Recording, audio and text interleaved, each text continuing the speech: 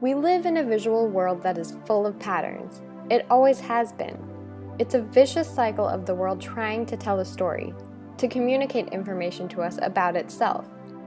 One of the ways it has done that throughout history is through visualization. In the past, people made representations of abstract systems like the solar system. They made beautiful woodcuts that tried to represent a whole bunch of characters together. So like say, look at the cover of Hobbes's book, The Leviathan. It's a woodcut that then has all the different parts of society made into a single montage that's then stamped onto the cover of a book.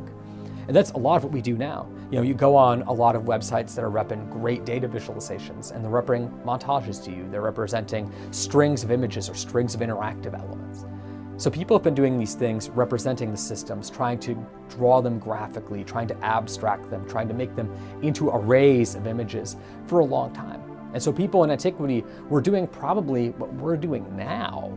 It's just they were doing it with chisels and maybe pencils if they're lucky, and we're doing it with software that is spectacular and lets us do so much work so quickly.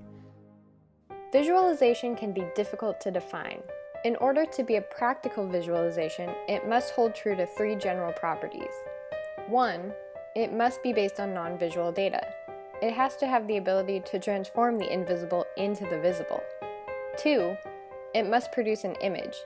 The primary means of communicating the information or data is the visual itself.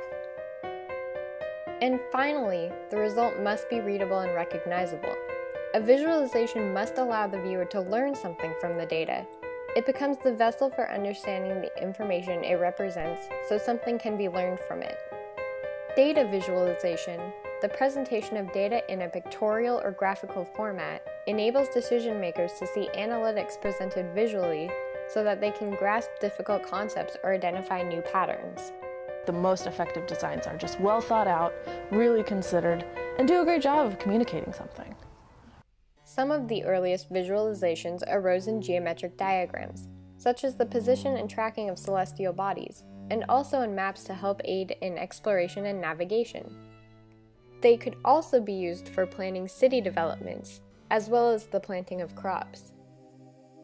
Early indigenous humans used visualizations in the form of cave paintings. Even thousands of years later, we can still interpret the meaning of these visualizations. You look back in the 19th century, even before, people were making drawings to try to represent abstract systems.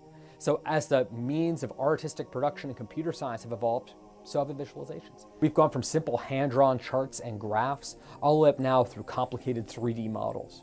So much has changed, from printing press to illuminated manuscripts. There's huge amounts of fun stuff to look at there.